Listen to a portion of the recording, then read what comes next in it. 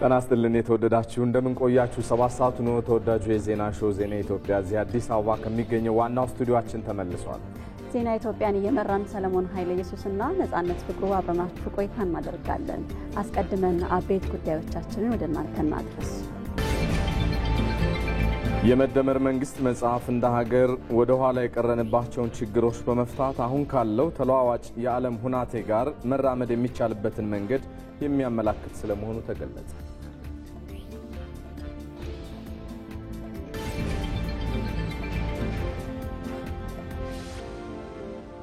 የታላቁ የኢትዮጵያ ህዳሴ ግድብ መጠናቀቅ ኢትዮጵያውያን ሀብቶቻችንን ይበልጥ ለማልማትና ለመጠቀም ያላቸውን ቁርጠኝነት ያሳዩበት መሆኑን የታሪክ ምሁራን ተናገሩ። የኢሬቻ በዓል በዩኔስኮ በዓለም ቅርስነት እንዲመዘገብ ወጣቶች የድርሻቸውን እንዲወጡ ጥሪ ቀረበ።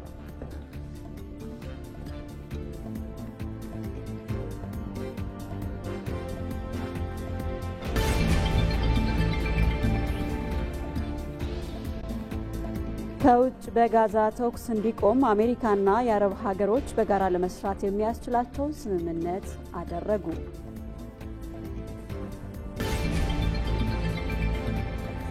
የ2025-26 የአውሮፓ ሊግ የውድድር ዓመት ዛሬ ማንችላንድ ከስትራም ግራስ እና ፓኦክ ከማካቤ ቴል አቪቭ በሚያደርጓቸው ጨዋታዎች ይጀምራል። ከስፖርት የመረጥነው ጉዳይ ሆኖ ይቀጥላል።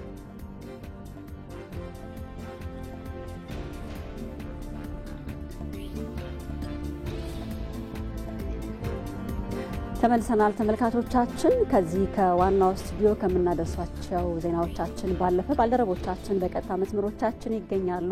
ራይል ፍሬው ባህር ዳር ትገኛለች። አሊ ደደፎ እዚሁ አዲስ አበባ ይገኛል።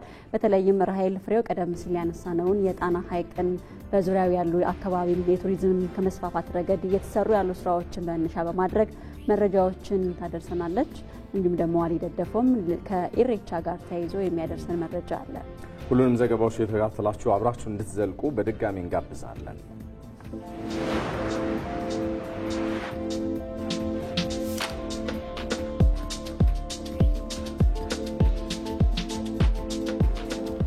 መነሻ መደመር ልዩነት የለንም ብሎ አይነሳም። ነገር ግን የኛ ልዩነቶች ተከብረው እና ጌጥ ሆነው ለአንድነታችን ምሰሶ መሆን ይችላሉ ብሎ ያምናል።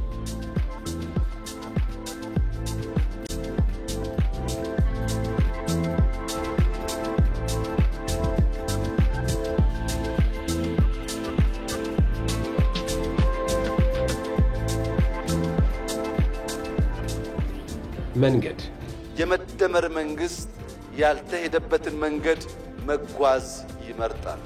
በእኛ መልክ፣ በእኛ ሐሳቤ፣ በእኛ ባህል ልክ ተቀርጾ በምሳሌነት የሚወሰድ ሀገር መገንባት እንፈልጋለን። ይህ ደግሞ ይቻላል ብሎ የመደመር መንግስት በጽኑ ያምናል።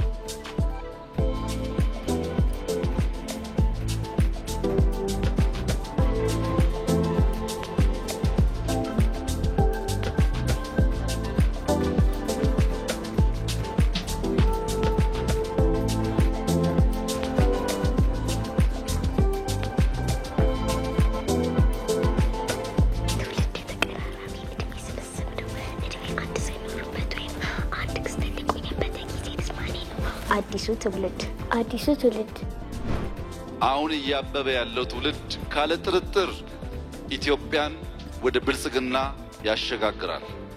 የመደመር ትውልድ በታሪኳ የገዘፈች ብቻ ሳይሆን በአሁናዊ ማንነቷ ትልቅ የሆነች ኢትዮጵያን ያረጋግጣል።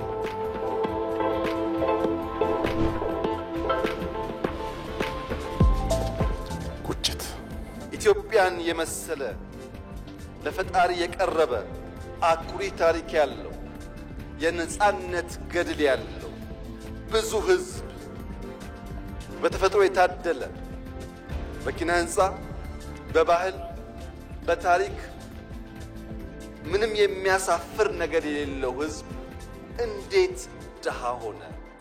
እንዴትስ ለማኝ ሆነ?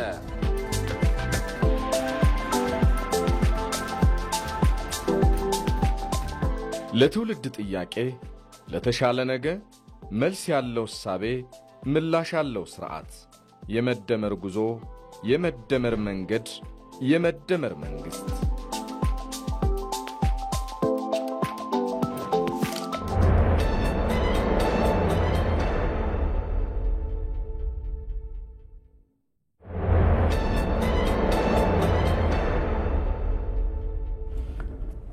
ተመልሰናል። የተወደዳችሁ ዜና ኢትዮጵያ አጀንዳ ዘገባው ላይ ደርሷል። ቀዳሚ የምናደርገው ዘገባችንን እናስተዋውቃችሁ። የመደመር መንግስት መጽሐፍ እንደ ሀገር ወደ ኋላ የቀረንባቸውን ችግሮች በመፍታት አሁን ካለው ተለዋዋጭ የዓለም ነባራዊ ሁናቴ ጋር ማራመድ የሚቻልበት መንገድ የሚያመላክት ስለመሆኑ ተገለጸ። በኢቢሲ በቀረበው የመደመር ወግ ውይይት ላይ ሀሳባቸውን ያካፈሉ ምሁራን መጽሐፉ ያሉብንን ችግሮች አውቀን በራስ አቅም ደግሞ በራስ መንገድ ነገን ማቅናት የሚቻልበትንም ሀሳብ የጠቆመ ስለመሆኑም አንስተዋል። ዘጋቢያችን መስከረም ቸርነት በጉዳዩ ዙሪያ ተከታዩን ይዛለች። የጠቅላይ ሚኒስትር አብይ አህመድ አራተኛ መጽሐፍ የሆነው የመደመር መንግስት በመደመር እሳቤ ሀገር ወደ ኋላ የሚጎትታትን ሰንኮፋ ነቅላ ነገዋን ታቀና ዘንድ አቅጣጫን ያመላክታል። ጠቅላይ ሚኒስትሩ በመደመር ጽንሰ ሀሳብ ከመደመር እስከ መደመር መንግስት መጽሐፍ ሀገር ያላትን አቅም ተጠቅሞ ከዓለም ጋር እንዴት መራመድ ይቻላል የሚለውን ያመላክታል። እዚህ ጋር መደመር ከዜሮ መጀመር አይደለም፣ ባለ ላይ መጨመር እንጂ የሚለው ጎልቶ ይነሳል። ዶክተር አብይ አካሄድ is what you call continuity in discontinuity ነው። ገባሽ? ዝም ብሎ ኮንቲኒው ማድረግ አይደለም። ኮንቲኒቲ አለ፣ የኋላውን ዝም ብሎ አይወረውርም። ዲስኮንቲኒቲ አለ። ከዛ ደግሞ የተለየ ፈለግና የተለየ መንገድ ደግሞ ማሳየት አለብን ነው የሚሉት። የቤት ስራችን መልቲፕል ነው። የመጀመሪያው የተከማቹ የቆዩ ወደ ኋላ የቀረነባቸው ጉዳዮችን መፍታት ያስፈልጋል። ሁለተኛ አሁን በተለዋዋጭ የዓለም ሁኔታ ውስጥ ራሳችንን አስተካክለን ማኒቨር ማድረግ ያስፈልጋል ማለት ነው። አሁን ከሚያጋጥሙን ችግሮች አሻግሮ የነገን መጻኢ ዕድል ለማቅናት የራስን መንገድ መፈለግ ይቻላል የሚለው መጽሐፉ አሁን ላይ የሚስተዋሉ ችግሮችን እውቅና ይሰጣል፣ ግን ደግሞ ስለ ነገ የተቃና መንገድ ያትታል። አዎ የዳቦ ችግር አለ። በጣም ጥሩ ብዙ ዳቦ ገበያው ላይ እንዲቀርብ የምናደርገው ሙከራ እንደተጠበቀ ሆኖ ለዚህ ግብአት የሚሆን ስንዴን ደግሞ በስፋት እዚች ሀገር ውስጥ ብናመርት ኃጢያቱ ምንድነው?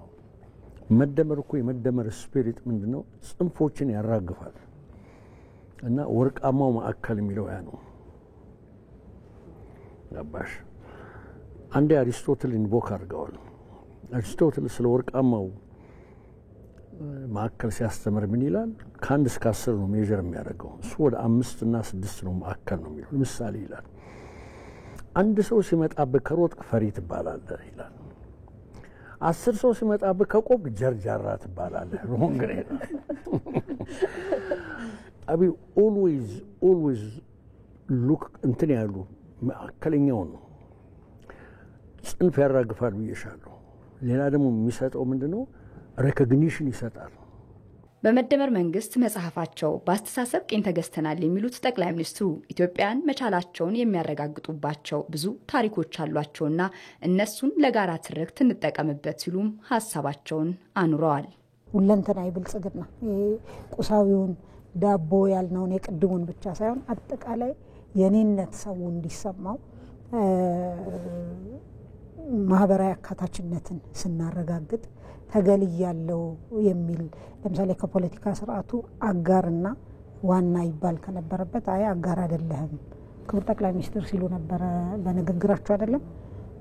ሶማሌው ጠቅላይ ሚኒስትር መሆን እንደሚችል፣ ጋምቤላው ጠቅላይ ሚኒስትር መሆን እንደሚችል ለዛ አስፓየር እንዲያደርግ ለቀጣዩ ትውልድ የሚሆን ስርዓት በፈጠረ ቁጥር የጋራ ትርክት እየፈጠረን እንሄዳለን። በቀጣይ በመነሰራቸው ስራዎች ይህች ሀገር ወጥ ጨፍላቂነት ማያዋጣትም አልተሳሰርምና እንደዚሁ እንዳባራ በተናለሁም አያዋጣትም።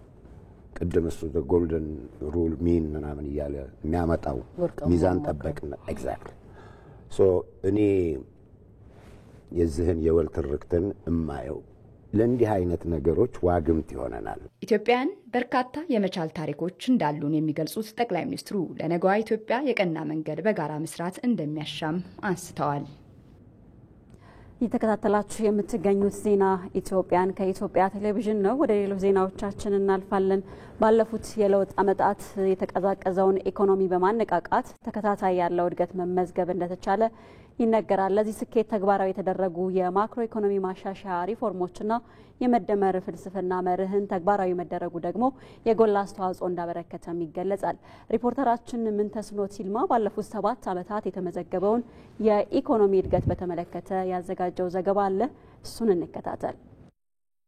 ኢትዮጵያ ከ2011 በፊት የነበሩ የኢኮኖሚ ስብራቶችን ለመጠገን የሚያስችል ፖሊሲዎችን ቀርጻ ተግባራዊ በማድረጓ ከፍተኛ ለውጥ ማስመዝገብ የቻለች ሀገር መሆኗን በርካቶች ይስማማሉ።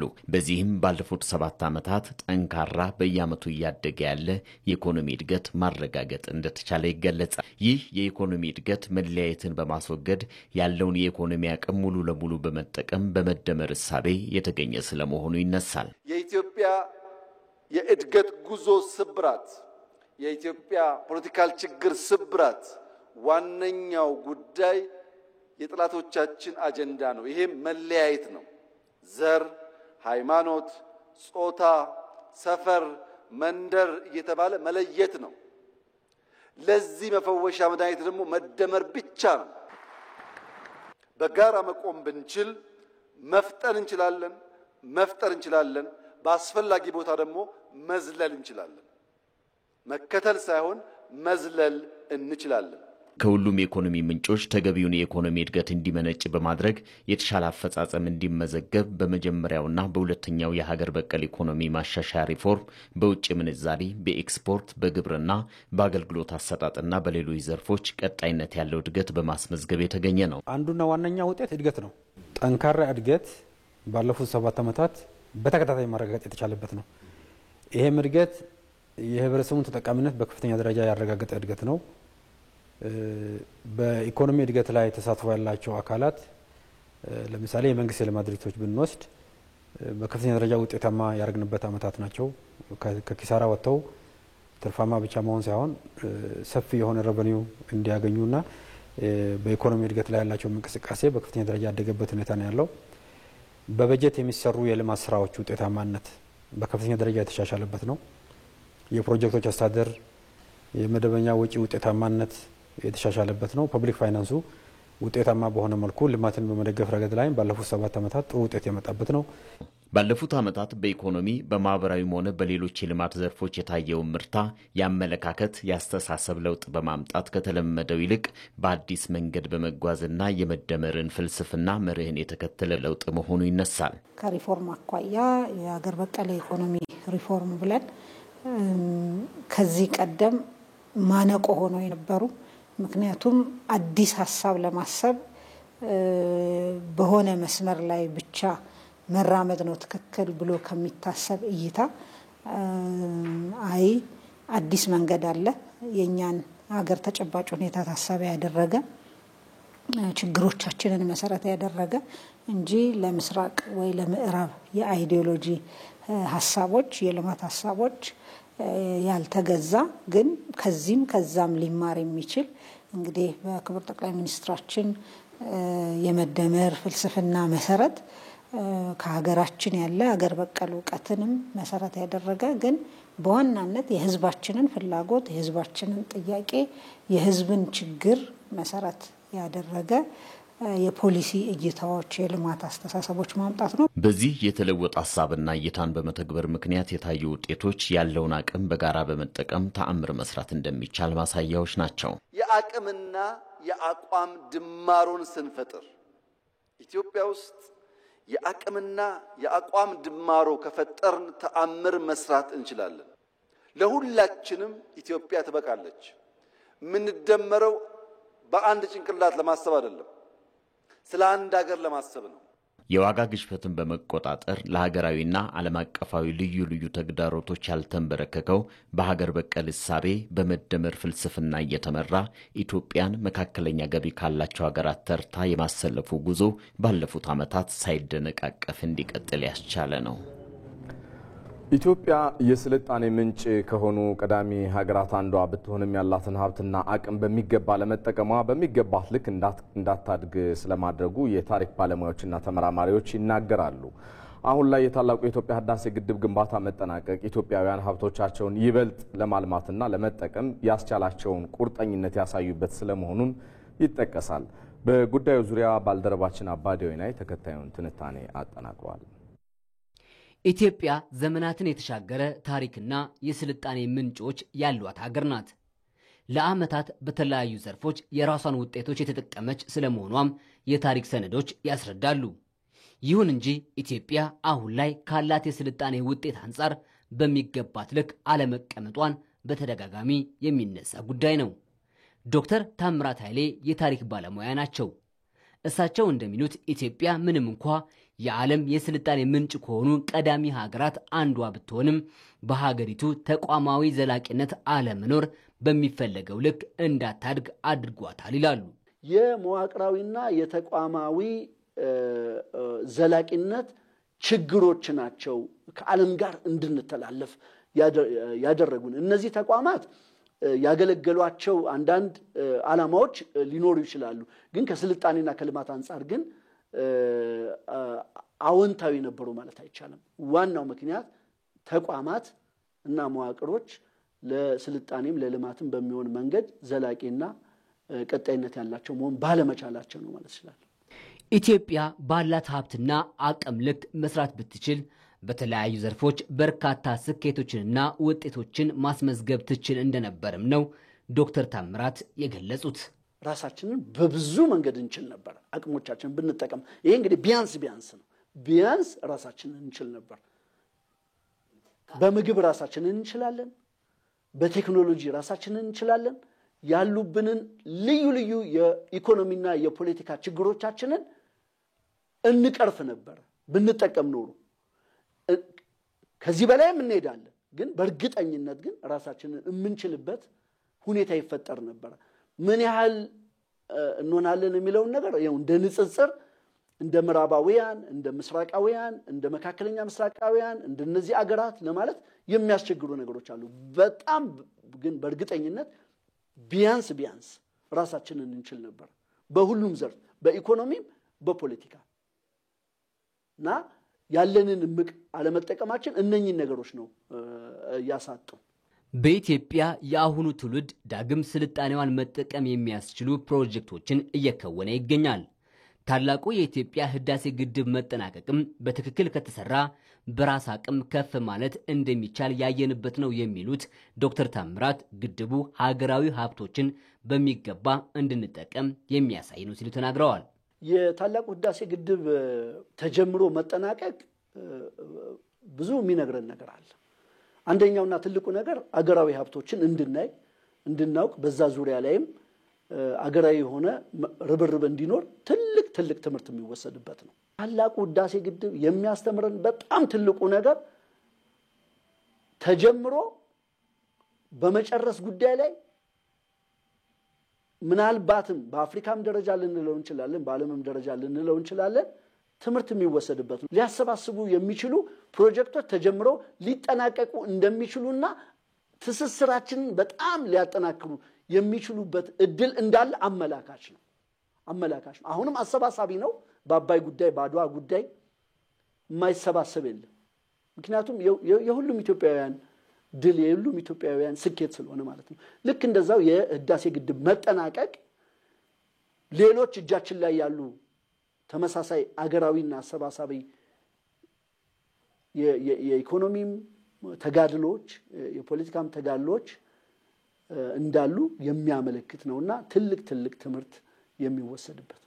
አሁን ላይ ዘላቂነት ያላቸው ተቋማትን ለመፍጠር እየተከደበት ያለው ርቀት ለኢትዮጵያ ጠንካራ የሆኑ ተቋማትንና ዘርፎችን ለመፍጠር ከፍተኛ አስተዋጽኦ እንዳላቸው ተጠቁመዋል። እዚህ ጉዳይ ላይ ቆይታ እናደርጋለን። ቆይታ አድርገን ደግሞ ተጨማሪ መረጃዎችን እንዲሰጡን እንግዳም ጋብዘናል። በዚህ ጉዳይ ላይ ተጨማሪ መረጃ ሊሰጡን ጋዜጠኛ የታሪክ ተመራማሪ ጥበቡ በለጠ እንግዳችን ነው። ከእርሱ ጋር ቆይታ እናደርጋለን። ጥበቡ ለጊዜህ እናመሰግናለን። ወደ ዜና ኢትዮጵያ አጀንዳ ዘገባችን የተለያዩ ምላሽና ማብራሪያዎችን ለመስጠት ስለፈቀድክ የጥንታዊ የኢትዮጵያን ስልጣኔ መነሻ አድርገን የተንሸራተትንባቸውን ጉዳዮች እልባት መስጠት የሚያስችል መጠነኛ ቆይታም እናደርጋለን። ከስልጣኔያችን አንጓዎች የሚቀዱ በርከት ያሉ ጉዳዮች እንዳሉ መቼም ትረዳለህ።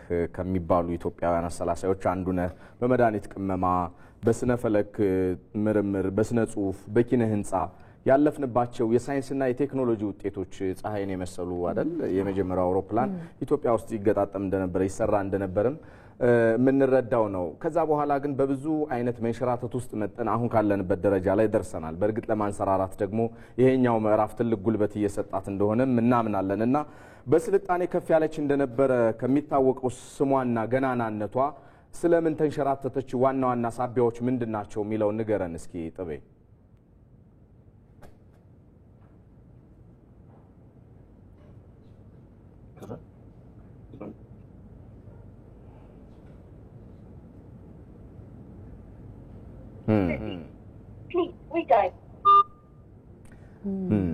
ከጥበቡ ጋር ያለን ግንኙነት የተቋረጠ ይመስለኛል። ዳይሬክተራችን ካፍታ ቆይታ በኋላ እንደሚያገናኘን እየነገረን ነው።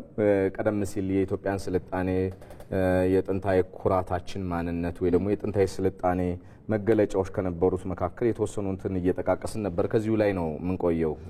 ነፂ ያልተቋረጠ ስርዓተ መንግስት ከገነቡ ስልጣኔም ከነበራቸው ለአያሌ ዘመናት ስልጣኔያቸው ገኖ ከወጣ ብዙ የዓለም ሀገራት አንዷ ነበረች ኢትዮጵያ እና ወደዛ ስልጣኔያችን እንዴት መመለስ አቃተን የሚለው ነው አጀንዳችን። አዎ በተለይም በስልጣኔ ፈርቀዳጅ ናት የምትባለው ኢትዮጵያ የስልጣኔዋ መለኪያ ደግሞ የተለያዩ ዘርፎች እንደሆነ እናነሳለን እንመለከታለን። ወደ ኋላ መለስ ብለን ካየን በተለይ ቀደም ሲል አንተ እንዳነሳው በኪነ ጥበቡ፣ በባህሉ፣ በታሪኩ ብትሄድ ለዓለም ሕዝብ ያበረከተችው የስልጣኔ ፈርቀዳጅ ነች ለማለት የሚያስችሉ ብዙ ሀብቶች ያላት ብዙ ታሪክ ያላት ሀገር መሆኗን እናነሳለን። ነገር ግን እቺ ሀገር የስልጣኔ ፈርቀዳጅ ናት እያልን ዛሬ ላይ ግን ከስልጣኔ ማማ ሊያወርዳት የሚችሉ አይነት አቋም ላይ ትገኛለች። ምክንያቱም ያን የነበረንን ስልጣኔ ለምን አጣን የሚለው የብዙዎች ጥያቄ ነው። በእርግጥም አሁን ያለው ሂደት ግን ይሄንን ስልጣኔ ለመመለስ የሚካሄድባቸው መንገዶች መጀመራቸውን እያየን ቢሆንም ነገር ግን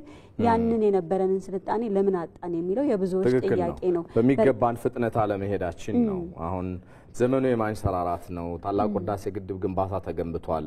በየትኛውም ሀገር ላይ የሚገኙ ሀገራት የእድገታቸው የስልጣኔያቸው የብልጽግናቸው መነሻ ተፈጥሯቸውን ማወቅ ከባህል ጋር ከእምነት ጋር ከማህበረሰቡ ስልጣኔ ጋር ያለውን ተግባቦት መረዳት እሱን ተረድቶ ደግሞ ፊት ለፊት መምጣት የሚል ቁጭት ያዘለ ትውልድ መጥቷል። በእርግጥም ጥበቡ ተመልሰን የተገናኘን ይመስለኛል።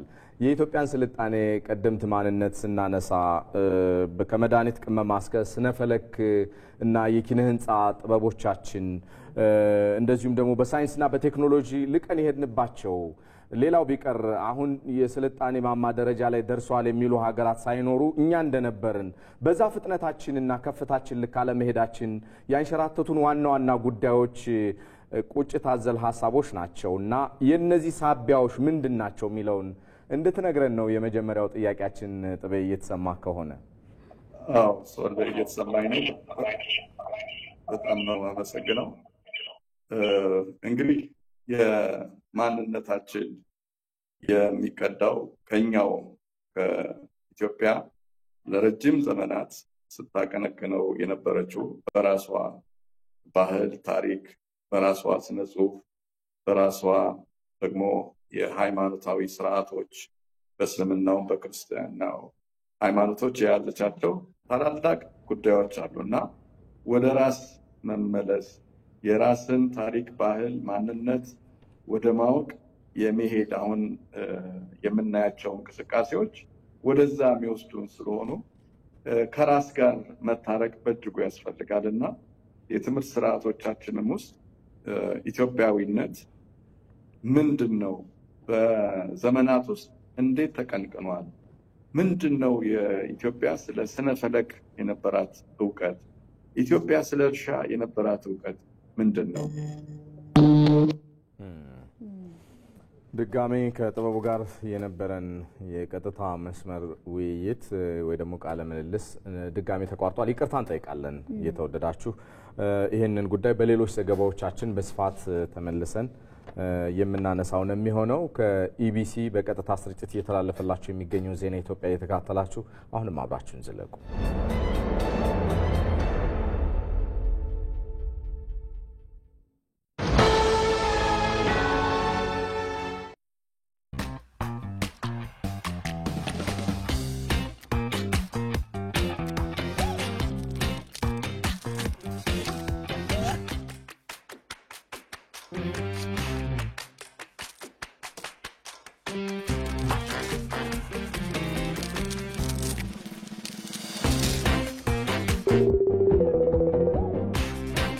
ዛሬም ችቦን አላክልኝም። አንተ መጀመሪያ ምልክበትን ብር ላክ እንጂ እባክህ ሰው አታብዛ። ልክ ይላል ደግሞ ብሩን በኢትዮጵያ ንግድ ባንክ በኩል ስትቀበል ለዋሌ የተዘጋጁ ጉርሻዎችን ይጨምሩልሃል። ታራን ዘብትንም እንዴ ሻውም ይሻላል እዴ በል በጉርሻው መጨመር ዳተሽ የኢትዮጵያ ንግድ ባንክ እንኳን ለብርሃነ መስቀሉ በሰላም አደረሳችሁ እያለ ከወዳጅ ዘመድ የሚላክሉትን ማንኛውም ዓለም አቀፍ ገንዘብ በሐዋላ በባንካችን በኩል ሲቀበሉ በእያንዳንዱ ዶላር የዕለቱ ምንዛሬ ላይ ተጨማሪ ጉርሻ ማዘጋጀታችንን ስንገልጽ በታላቅ ደስታ ነው። አንተ የምር ግን ችቦ ልትልክልኝ ነበር? ታዲያ ምን ላድርግ ስታስጨንቀኝ? የኢትዮጵያ ንግድ ባንክ ሁሌም የሚተማመኑበት ባንክ።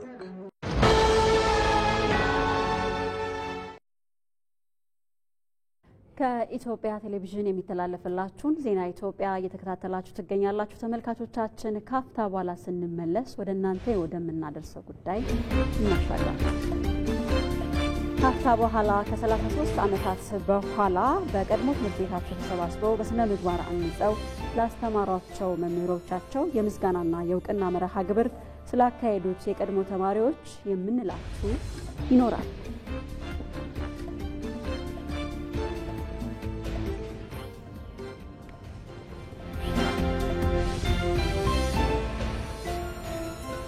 ዜናዎቻችን እንደቀጠሉ ናቸው። የተወደዳችሁ በቀጥታ ስርጭት ከሚገኙ ባልደረቦቻችን ጋር ወደምናመራበት ዘገባ ልሻገር።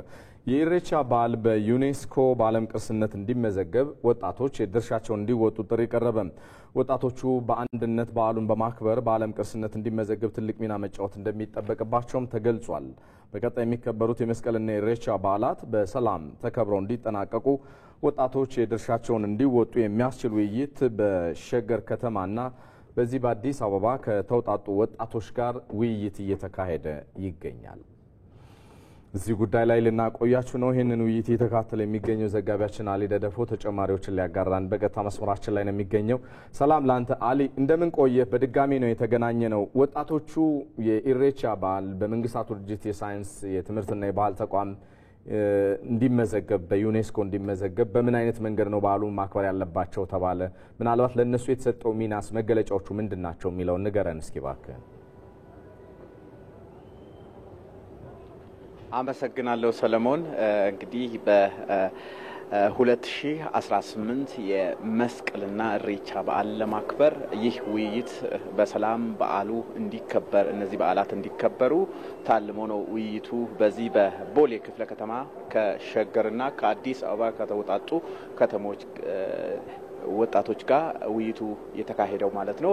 በውይይቱ ላይ ወጣቶቹ በዓሉን እነዚህ በዓላትን በሰላም በአንድነት በአብሮነት ሆኖ ሊያከብሩ እንደሚገባ ነው የተገለጸው ማለት ነው። እነዚህ ወጣቶችን ያወያዩት የአዲስ አበባ ከተማ ብልጽግና ፓርቲ ምክትል ኃላፊ ወይዘሮ ዓለም ፀሐይ ሽፈራውና የሸገር ከተማ የብልጽግና ፓርቲ አቶ አለማየሁ ቱሉ ናቸው። እሳቸውም ያነሱት በ2018 ኢትዮጵያ ትልቅ ድል የተጎናጸፈችበት ዘመን ነው። የህዳሴ ግድብ ታድሶ ተገድቦ በመጠናቀቁና በዚህ ሞራልና በዚህ ስሜት ነው እነዚህ በዓላትን ለማክበር የተዘጋጁት። እነዚህ በዓላት የኢትዮጵያ ቅርጾች በመሆናቸው ልክ እንደ መስቀል ኢሬቻም በዩኔስኮ እንዲመዘገብ ባህሉን እሴቱን ጠብቆ በሰላም መከበር እንዳለበት ነው የአዲስ አበባ ከተማ ብልጽግና ፓርቲ ምክትል ኃላፊ የሆኑት ወይዘሮ ዓለም ፀሐይ ሽፈራው የተናገሩት ማለት ነው። ወጣቶቹ በዚህ ላይ ትልልቅ ሀሳቦችን አንስተዋል። ካነሱት ሀሳቦች መካከል ብዙ ትውልድ ዘመናት ሲተረት የነበረው አባይ ማደራ የለውም ግንድ ይዞ ይዞራል ተብሎ በኢትዮጵያኖች ዘንድ ሲተረት የነበረው ተረት በአሁኑ ጊዜ በአሁኑ በእኛ ትውልድ የቆመበትና በዚህ ጠቅላይ ሚኒስቴር ዶክተር አብይ አህመድ ጊዜ ይሄ ተረት ያበቃበት ጊዜ በመሆኑ አሁንም በአንድነትና በሰላም ሆኖ የኢትዮጵያን ከፍታ የኢትዮጵያን እድገት አስጠብቆ ለሚቀጥለው ትውልድ ለማስተላለፍ የተዘጋጁበትና ከዚህ ጋር ተያይዞ ደግሞ ኢትዮጵያ እያነሳች ያለችው ስለ ቀይ ባህር ጥያቄ በትኩረት እየጠየቁ እንደሆኑና እየጠበቁ እንደሆኑ ነው ያወሩት። እሬቻም መስቀልም የዚህ ምስጥራት የሰላም የአብሮነት የአንድነት የኢትዮጵያኖች በዓል ስለሆኑ እነኚህም በዓል በአንድነትና በአብሮነት ሆነን እናከብራለን ያሉት። ባልደረባችን አሊ ደደፎ በገታ መስመራችን መረጃዎችን ስላጋራ እናመሰግናለን። መልካም ጊዜ። ጣና ሐይቅን ከገዳማቱና አዋሳኝ ውሃ ዘል መልክዓ ምድር ጋር አካቶ በባህላዊና ተፈጥሯዊ የዓለም ቅርስነት ለማስመዝገብ እየሰራ መሆኑን የአማራ ክልል ባህልና ቱሪዝም ቢሮ አስታውቋል። የጣና ሐይቅ ደሴት ገዳማትና አዋሳኝ ውሃ ዘል መልክዓ ምድር የባህልና የተፈጥሮ መካነ ቅርስ በተባበሩት መንግስታት የትምህርት የሳይንስና የባህል ድርጅት ዩኔስኮ በዓለም ቅርስነት ለማስመዝገብ የተጀመሩ ስራዎች ውጤት ማስገኘታቸው ተገልጿል። የጥናት ስራው በመከናወን ላይ የሚገኘው ቅርስ በያዝነው ዓመት ማገባዳጃ ላይ በኮሪያ ሪፐብሊክ ቡሳን ከተማ በሚካሄደው የዩኔስኮ የዓለም ቅርስ ኮሚቴ 48ኛ መደበኛ ጉባኤ ላይ የምዝገባ ማረጋገጫ እንደሚያገኝም ይጠበቃል። በዚህ ጉዳይ ላይ ተጨማሪ መረጃዎችን ልታደርሰን ሪፖርተራችን ራሄል ፍሬው በቀጥታ መስመራችን ላይ ትገኛለች። ራሄል በድጋሚ እንደምን ውለሻል? በተለይም የጣናና አካባቢው ተፈጥሯዊና ባህላዊ ቅርስ ጥናት ምን ደረጃ ላይ ይገኛል የሚለውን ብታነሽልን። አመሰግናለሁ። የአማራ ክልል እጅግ በርከት ያለ ተፈጥሯዊና ባህላዊ ቅርሶች ባለቤት የሆነ አካባቢ ነው። በተለይ ካሁን ቀደም በዓለም የሳይንስ የትምህርትና የባህል ተቋም ዩኔስኮ የተመዘገቡ 3 ቅርሶች ባለቤት ነው። እንግዲህ በሀገር ከተመዘገቡት አንጻር ሲታይ በጥሩ ሁኔታ የሚገኝ ማለት ነው። ከነዚህ መካከል የጎንደር አብያተ መንግስታት እንዲሁም ደግሞ የላሊበላ አብያተ ክርስቲያናት በባህላዊ ቅርስነት የተመዘገቡ ናቸው። እንዲሁም ደግሞ የሰሜን ተራሮች ብሔራዊ ፓርክ በተፈጥሯዊ ቅርስነት የተመዘገበ ነው። እንደ ሀገር በባህላዊና በተፈጥሯዊ ቅርስነት በአጣምረው የተመዘገበ ቅርስ የለንም። ከዚህም አንጻር የጣና ሐይቅ ሁለቱንም በማጣመር የሚመዘገብ ቅርስ ይሆናል ማለት ነው። በተለይም ደግሞ የክልሉ ባህል ቱሪዝም ቢሮ እንደገለጸው ይህንን ለማስመዝገብ የተካሄዱ የሰነድ ዝግጅቶችና ጥናቶች ተቀባይነት አግኝተዋል በዩኔስኮ። ስለዚህ በዘንድሮ 48ኛው የጉባኤ ላይ እንደሚመዘገብ ነው የሚጠበቀው ማለት ነው። የተሳካ የምዝገባ ሂደት እየተከናወነ መሆኑ ተገልጿል። ጣና ሐይቅ እጅግ ሰፊ የሆነ ሐይቅ ነው። 36000 ስኩዌር ኪሎ ሜትር በላይ የሆነ ቅርስ በዓለም ደረጃ የለም። ስለዚህ በስፋትም ረጅሙ ወይም ትልቁ የሚባለው ቅርስ ይሆናል ማለት ነው። በያዛቸው ብዝሃ ሕይወቶች በጣና ሐይቅ ውሃ ውስጥ የሚገኙ ብዝሃ ሕይወቶች፣ ብርቅዬ አዕዋፍና እንስሳት እንዲሁም ደግሞ በሐይቁ የሚገኙ ገዳማት የነገስታት አልባሳትና አጽሞች እንዲሁም ደግሞ በሃይማኖታዊ ቅርስነት ሊመዘገቡ የሚገባቸው ስዕላት፣ ገድላት፣ ጽሁፎችና መጽሐፍት ጭምር ያሉበት ታላላቅ ገዳማት የሚገኙበት አካባቢ እንደመሆኑ እነዚህንን ባህላዊና ሃይማኖታዊ ይዘቶች ከተፈጥሯዊ ቅርሱ ጋር አብሮ ማስጠበቅ በተለይ ደግሞ ጣና ሐይቅ ከዚህ ቀደም እንቦጭን ጨምሮ ሌሎች ይገጥሙት የነበሩ ችግሮችን መከላከል የሚያስችል የእውቀት የፋይናንስ ድጋፎች እንዲገኙ የሚያስችል መሆኑ ተገልጿል። ከዚህም ባለፈ እንግዲህ ይህንን ተፈጥሯዊ ቅርስ በመጠበቅ ረገድ ደግሞ በዓለም የቱሪስት መዳረሻ ሳይት ውስጥ በሚገባበት ጊዜ እንደ ሀገር እንደ ክልል ትልቅ የሆነ የቱሪዝም አስተዋጽኦ ይኖረዋል ማለት ነው።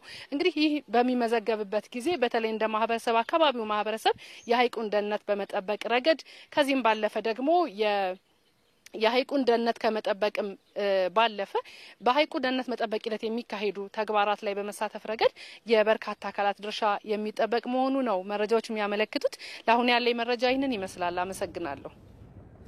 ራኤል፣ ስለ መረጃዎችስ እናመሰግናለን።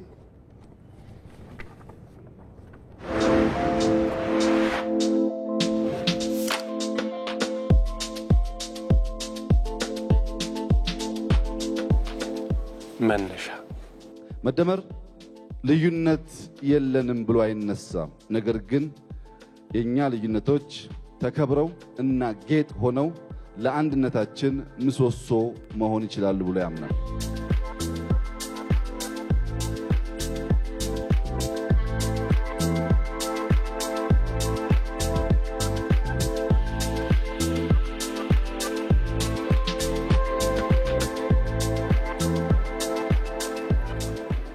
መንገድ የመደመር መንግስት ያልተሄደበትን መንገድ መጓዝ ይመርጣል። በእኛ መልክ፣ በእኛ ሐሳቤ፣ በእኛ ባህል ልክ ተቀርጾ በምሳሌነት የሚወሰድ ሀገር መገንባት እንፈልጋለን። ይህ ደግሞ ይቻላል ብሎ የመደመር መንግስት በጽኑ ያምናል።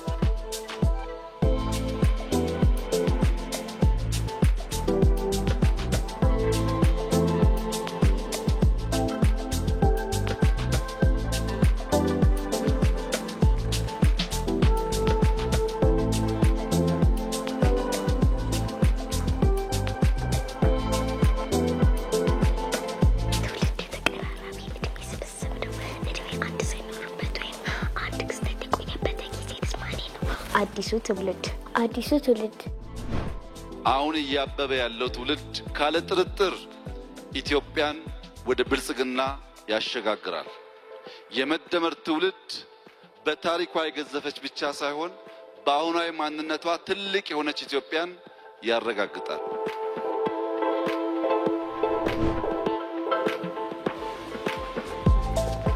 ቁጭት ኢትዮጵያን የመሰለ ለፈጣሪ የቀረበ አኩሪ ታሪክ ያለው የነጻነት ገድል ያለው ብዙ ህዝብ በተፈጥሮ የታደለ በኪነ ህንጻ፣ በባህል፣ በታሪክ ምንም የሚያሳፍር ነገር የሌለው ህዝብ እንዴት ድሃ ሆነ?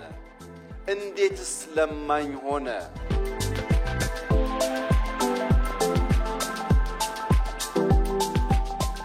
ለትውልድ ጥያቄ ለተሻለ ነገ መልስ ያለው እሳቤ ምላሽ ያለው ስርዓት የመደመር ጉዞ የመደመር መንገድ የመደመር መንግስት። ቀጥለናል። የተወደዳችሁ ከዜና ኢትዮጵያ ጋር ናችሁ። ዘገባዎቻችንም እንደቀጠሉ ናቸው። ተከታዩ ዘገባችን ከ33 ዓመታት በኋላ በቀድሞ ትምህርት ቤት ተሰባስበው መምህራኖቻቸውን ስላከበሩ ያኔ ተማሪዎች ያሁን ሙያተኞች የሚያብራራበት ነው። የፊት አውራሪ ላቀ አድገህ ትምህርት ቤት የቀድሞ ተማሪዎች በእውቀት ገንብተው በስነ ምግባር አንጸው ላስተማሯቸው መምህራኖቻቸው የምስጋናና የእውቅና መርሃ ግብር አካሂደዋል። የቀድሞ ተማሪዎች ታዲያ ትምህርት ቤቱ የእውቀት መነሻችን በመሆኑ ዛሬ ላይ በተለያየ ሙያ ዘርፍ ላይ ተሰማርተን እንድንሰራ እድል ሰጥቶናል ይላሉ። ዘጋቢያችን ሰናይ ሰይፉ ቆይታ አድርጋለች። እስኪ ተከታተሉት። እነዚህ ፊታቸው በፈገግታ ተሞልቶ ትዝታቸውን በፎቶ ያስቀሩ ግለሰቦች በ1985 ዓ.ም የተማሩበት የፊት አውራሪ ላቀ አድገህ ትምህርት ቤት ቀን ጠብቆ ያሰባሰባቸው ተማሪዎች ናቸው። አሁን ጊዜው ሆነና ዳግም ይህን የአብሮነት ቆይታ ሊደግሙት ከዓመታት በኋላ ዳግም ተሰባስበዋል። እንግዲህ ከጀርባዬ እንደምትመለከቱት በዚህ ትምህርት ቤት የተማሩ የቀድሞ ተማሪዎች በእውቀት ገንብተው ለዚህ ላበቋቸው መምህራኖቻቸው የምስጋናና የእውቅና መርሃ ግብር አዘጋጅተው በዚህ ስፍራ ተገኝተዋል። ከ33 ዓመት በኋላ የተገናኘን የልጅነት ጓደኛሞች ነን። ትምህርት ቤታችን የት ደረሰ? ምን እንርዳ? ለትምህርት ቤታችን ለቀጣዩ ትውልድስ ምን እናስተላልፍ? በሚል እሳቤ የተቋቋመ ማህበር ነው። በተጨማሪ የቀድሞ የእውቀት አባትና እናት መምህራኖቻችን የት ላይ እንዳሉ አሁን በምን ሁኔታ ላይ እንዳሉ አናቅም። እነሱን አፈላልገን ብንችል ብንረዳቸው መምህር መሆናቸው ምን ያክል ዋጋ እንዳለው እንዲያውቁ እኛን የመሰሉ ልጆች ማድረሳቸውን መምህርነት የተከበረ ሙያ እንደሆነ ተከብሮም ደግሞ የሚከበሩ ሰዎችን እንደሚያፈራ እንዲያዩ እና ለማመስገንም ጭምር ነው። የተለያየ ዩኒቨርሲቲ ላይ ተምሬያለሁ። በሰራዊት ቤት ውስጥም አገልግያለሁ። ይሄ መነሻው ይሄ ትምህርት ቤት ነው። እዚህ ትምህርት ቤት ባልማር እውቀት ባላገኝ ወይ ደግሞ መምህሮችን በዛው ደረጃ እየተቆጣጠሩ እውቀት እንዲይዝ ባደርጉ ኖሮ አሁን ላለበት ደረጃ አልደርስም። ስለዚህ ይሄ የአካል መስዋዕትነት የህይወት መስዋዕትነት ለሀገር ለማህበረሰብ የሚከፈል ስለሆነ ይሄ ደግሞ የመጣው እዚህ በመማሬ ነው የሚል እምነት አለ። የልፋትን ፍሬ ያየንባቸው በሚሏቸው የእውቀት ልጆቻቸው መታወስ የማይረሳ ትዝታና ደስታ እንደፈጠረላቸው የሚናገሩት የፊታውራሪ ላቀ አድገ የቀድሞ መምህራን ሌሎች በስራ ላይ ያሉ መምህራን ለተማሪዎቻቸው አራያ በመሆን በእውቀት ገንብተው በስነ ምግባር አንጸው ትልቅ ደረጃ ላይ እንዲደርሱ ሊሰሩ ይገባል ይላሉ። አሁን እነዚህ ልጆች ሳስተምር በዛን ጊዜ በጣም ህፃናት ነበሩ። ዛሬ ትላልቅ ሆነው አድራሻን ፈልገው ይህን የመሰለ ስጦታ አበርክተው የምስክር ወረቀት ሰጥተው በማስታወሳቸው በጣም ነው የምኮራው። ያስተማርኳቸውን ተማሪዎችም እዚህ ደረጃ ደርሰው በማግኘቴ ደስታ የጥፍ ድርብ ነው። አሁን ላይ ላሉ መምህራን እንግዲህ ተማሪዎች ያደራ ልጆቻቸው ናቸው። እነዚህን ያደራ ልጆቻቸውን ኮትኩተው በጸባይ እና በእውቀት አንጸው እንዲያሳድጓቸው አርአያ ናቸውና መምህራን የነሱን ፈለግ እንዲከተሉ ሀገራቸውን እንዲወዱ በእውቀት የተደራጁ ተማሪዎች እንዲሆኑላቸው ከፍተኛ ጥረት ማድረግ አለባቸው የሚል እምነት አለ።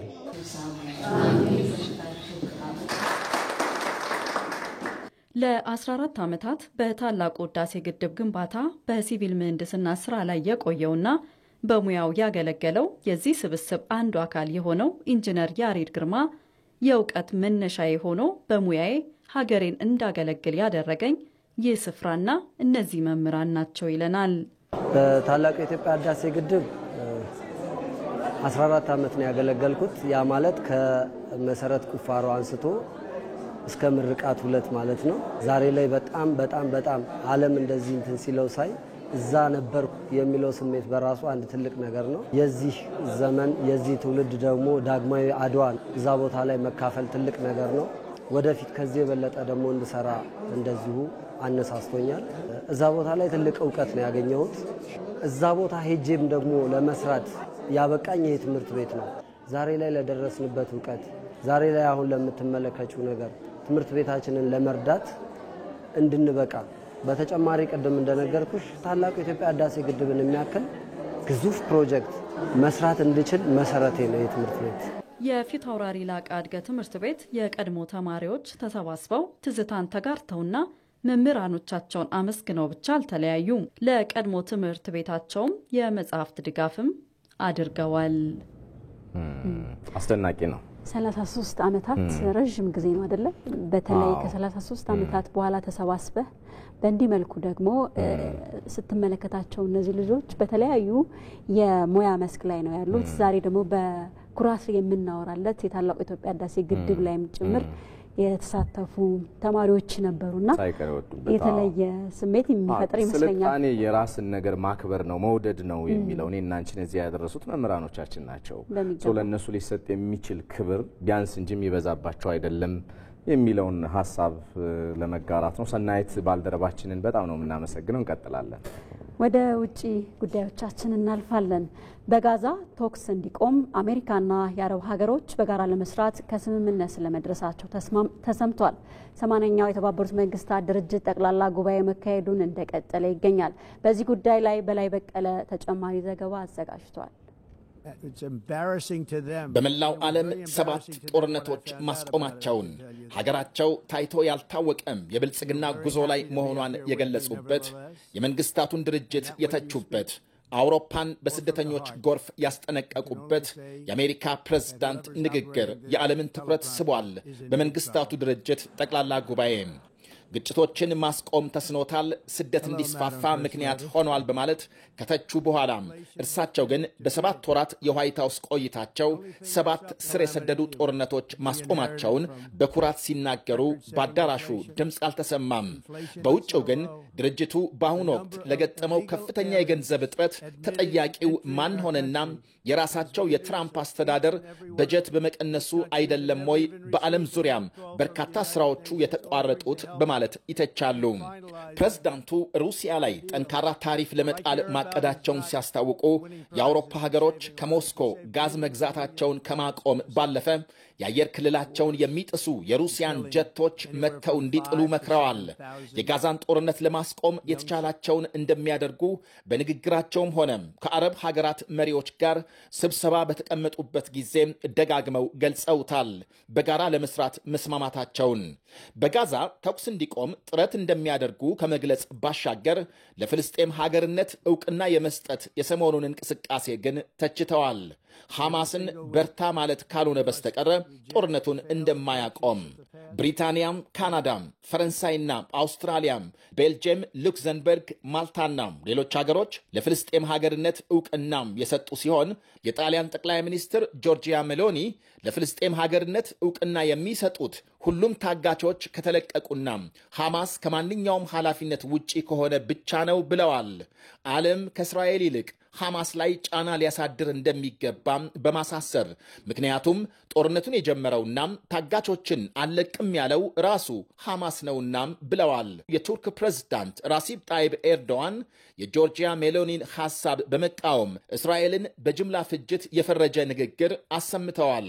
እንደ አውሮፓውያኖቹ አቆጣጠር ጥር 10 ቀን 1946 በለንደን 51 አባላትን ይዞ የመጀመሪያ ስብሰባውን ያካሄደው የመንግስታቱ ድርጅት 80 ዓመት ተጉዞ እነሆ ኒውዮርክ ላይ ተቀምጧል። የፍልስጤም ሀገርነት እውን ሊሆን ጫፍ የደረሰበት የኢራን የኒውክሌር ውዝግብ፣ የዩክሬን ጦርነት፣ ስደትና የአየር ንብረት ለውጥ ዋነኛ አጀንዳዎቹ ናቸው። አሁን ደግሞ የውጭ ምንዛሬና ዓለም አቀፍ ግብይት መረጃዎችን ከተንቀሳቃሽ ምስሉ ተከታተሉትና እንመለሳለን።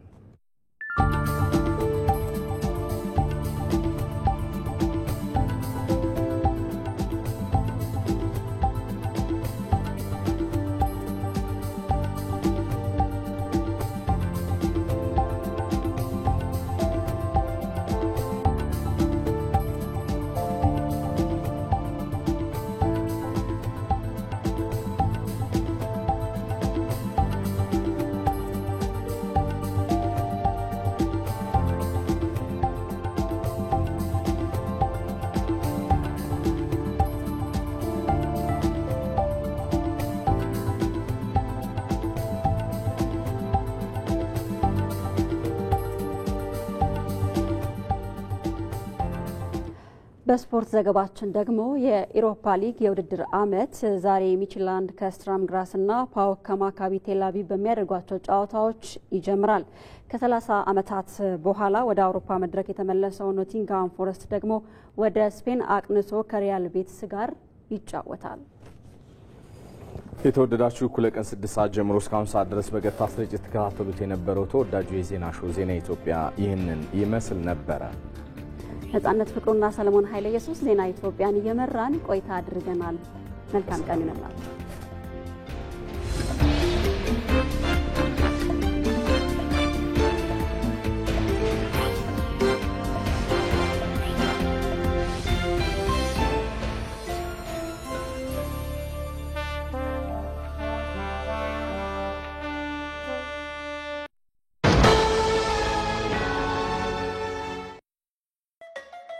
ጎጆአችሁ በልጆች ሳቅ ይሞቅ፣ ፍቅራችሁ ከአደይም ይድመቅ። ውድማው በፍሬ ቀየው መንደሩ በጥሬ ይትረፍረፍ። ልፋቶ በስኬት ይለካ፣ ሐሴት ሰማይ ሰማያት ትንካ። ሕልሞ ሥጋ ይልበስ፣ ሕይወት ይዝራ፣ ሀገር ትፍካ፣ ሀገር ታምራ። ከእኛ ጋር የርጅና ዘመነውን ከፍርሃት ሀብት ንብረቶን ከስጋት ይራቅ። ብሩህ ሰማይ አዲስ ሕይወት ሕያው ሰላም ሰናይ ዓመት ለኢትዮጵያችን ይሁን። ለዓመታት መለያችን በሆነው ለሕይወት ለንብረትና ለሕጋዊ ኃላፊነቶ ጥበቃችን ለሀገር ለሆነ ሁሉ አጋርነታችን ገና ለዘመናት ይዘልቃል። መልካም አዲስ ዓመት። አስተማማኝ አጋሮ የኢትዮጵያ መድን ድርጅት። እኛ የየራሳችን ባህልና ወግ ያለን አንድ ሆነን ብዙ ነን። ሃዲያ ያ ሆዴ ብሎ ያከብራል።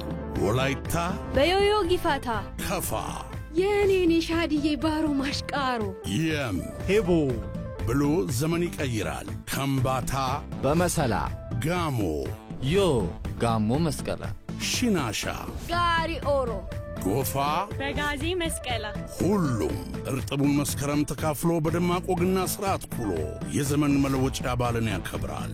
አንጋፋው ተቋም ኢትዮ ቴሌኮም በዓሉን አስመልክቶ እስከ 51% የጥቅል ቅናሽ አድርጓል። ወዳጅ ዘመድ ያጠያይቃል፣ በዓሉን በአብሮነት ያደምቃል። ጥቅሎቹን በቴሌብር ሱፐር አፕ ሲገዙ 20% ተጨማሪ ስጦታ ያገኛሉ። በተጨማሪም በኮከብ 999 መሰላል በአርዲ ቻትቦት ወይም በማይቲዮ ቴል አፕና በቴሌብር ሱፐር አፕ ለራሱ ይግዙ፣ ለወዳጅ ዘመዶ በስጦታ ይጋብዙ።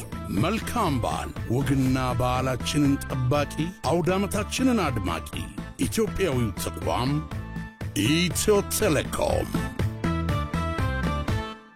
የኢትዮጵያ ሲቪል ሰርቪስ ዩኒቨርሲቲ ለመላው ኢትዮጵያውያን እንኳን ለ2018 ዓመተ ምህረት በሰላም አደረሳችሁ እያለ ትምህርት ሚኒስቴር ሲቪል ሰርቪስ ኮሚሽንና ዩኒቨርሲቲው ተቋሙን በላቀ ደረጃ እንደገና እንዲደራጅ ለማስቻል ሀገራዊ የከፍተኛ ትምህርት ባለሙያዎች ግብረ ኃይል በማቋቋም ጥናት ተካሂዶ በአዲስ መልክ እንዲደራጅ ተደርጓል። በአዲስ መልክ የተደራጀው ዩኒቨርሲቲያችን ተማሪዎችን በፐብሊክ ሴክተር ተቋማት ከሚሰሩ ሰራተኞችና የ12ኛ ክፍል ማጠናቀቂያ ፈተና ወስደው ማለፊያ ነጥብ ያስመዘገቡ ተማሪዎች ተቀብሎ በመጀመሪያ ዲግሪ ፕሮግራሞች እንዲያስተምር ተፈቅዷል። በዚህ መሰረት የ12ኛ ክፍል መልቀቂያ ፈተና ወስዳችሁ በአገር አቀፍ ደረጃ በተወሰነው የዩኒቨርሲቲ መግቢያ መስፈርት የምታሟሉ ተማሪዎች የኢትዮጵያ ሲቪል ሰርቪስ ዩኒቨርሲቲን በትምህርት ሚኒስቴር የዩኒቨርሲቲዎች የምርጫ ፖርታል ኢንተርኔት edu.et ላይ ገብታችሁ እንድትመርጡ እንጋብዛለን። የሚሰጡ የትምህርት ፕሮግራሞችን በተመለከተ በትምህርት ሚኒስቴር ድረገጽ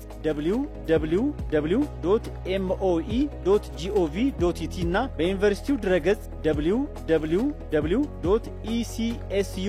www.ecsu.edu.et እንዲሁም በሌሎች ማህበራዊ ትስስር ገጾች ማግኘት የምትችሉ መሆኑን እንገልጻለን። ዩኒቨርሲቲያችን በመደበኛው የትምህርት ፕሮግራሞች በትምህርት ሚኒስቴር ለሚመደቡ ተማሪዎች እንደ ማንኛውም ዩኒቨርሲቲ የምግብ፣ የመኝታ፣ የሕክምናና መሰል የተማሪዎች አገልግሎቶችን የሚያቀርብ መሆኑን እናሳውቃለን። የኢትዮጵያ ሲቪል ሰርቪስ ዩኒቨርሲቲ እንኳን ለወላይታ ብሔር ዘመን መለወጫ ጊፋታ በዓል በሰላም አደረሳችሁ። ድንቅ ተፈጥሮ፣ ተስማሚ አየር ጠባይ፣ የዳሞታ ጽዳል የደቡብ ኢትዮጵያ ክልል የአስተዳደርና የፖለቲካ ማዕከል ባለ 7 በር የንግድና የኢንቨስትመንት ሰላማዊ ከተማ ወላይታ ሶዶ ለንግድና ኢንቨስትመንት ምቹና ሰርተው የሚለወጡባት ነግደው የሚያተርፉባት በመሆኑ በአገልግሎት፣ በማኑፋክቸሪንግ፣ በከተማ ግብርና፣ በሆቴልና ቱሪዝም ኢንዱስትሪ